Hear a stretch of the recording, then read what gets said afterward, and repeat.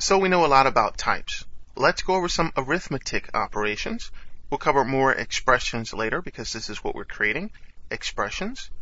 So we can just take a look at an example here.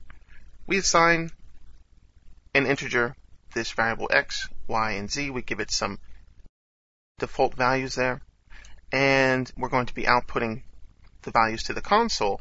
And then I'm going to show you different operations that you can perform.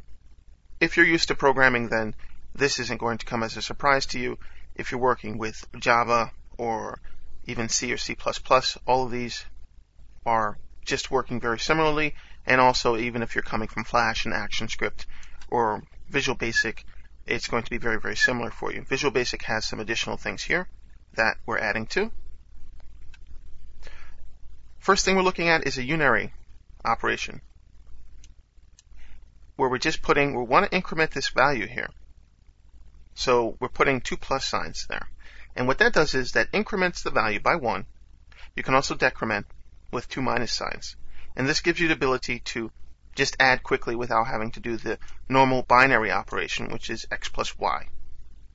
Or 1 plus x plus 1, if you wanted to do it, to add 1 to this particular value here, x equals x plus 1, something like that. So binary and unary are 2 different ways to do that. Very simple stuff. You can also do it together within another expression, where this is going to actually add these values, but it's also going to increment the z. So let's take a peek at that and see what it's actually doing. At first, we're just adding 1 to x, we're subtracting 1 from y, and then we're going to output the values here. And you can just look at one console write line before and then look at one after to see what it's doing.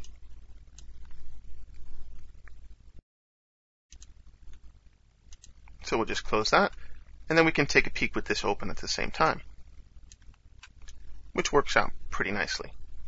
So what we have here on line 4, after we just do an x plus y, you see we have x is 1, y is 1, z is 2. So then we perform this z plus plus in parentheses, and then we have plus y. So x is going to equal z plus y, but we're also going to increment z by 1. And this is going to happen after the expression is done. So we're going to have z plus y, which is 2 plus 1, which is going to equal 3. X is going to equal 3, and then z is going to be incremented by 1.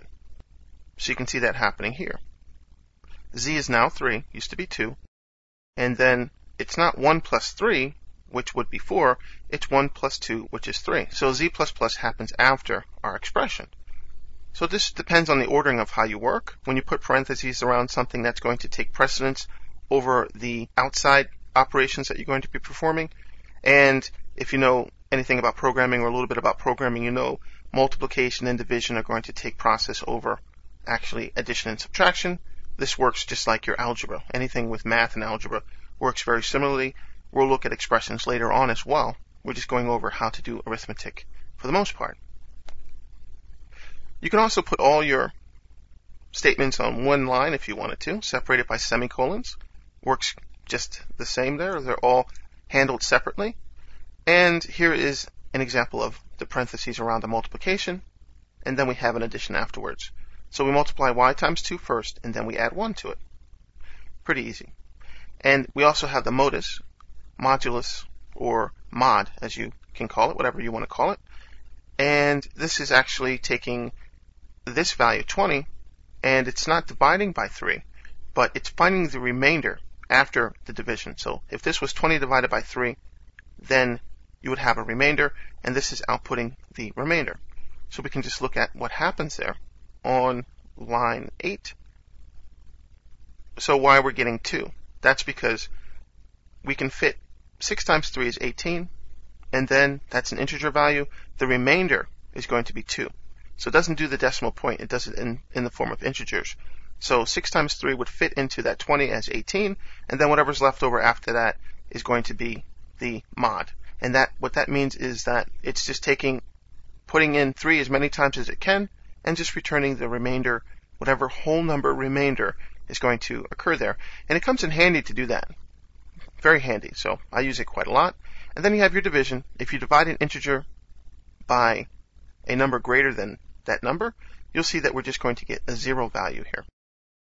because we're dealing with integers. You might have to use another data type if you want to work with your decimal places and so forth, and bigger numbers if you want to go outside of the scope of that particular data type.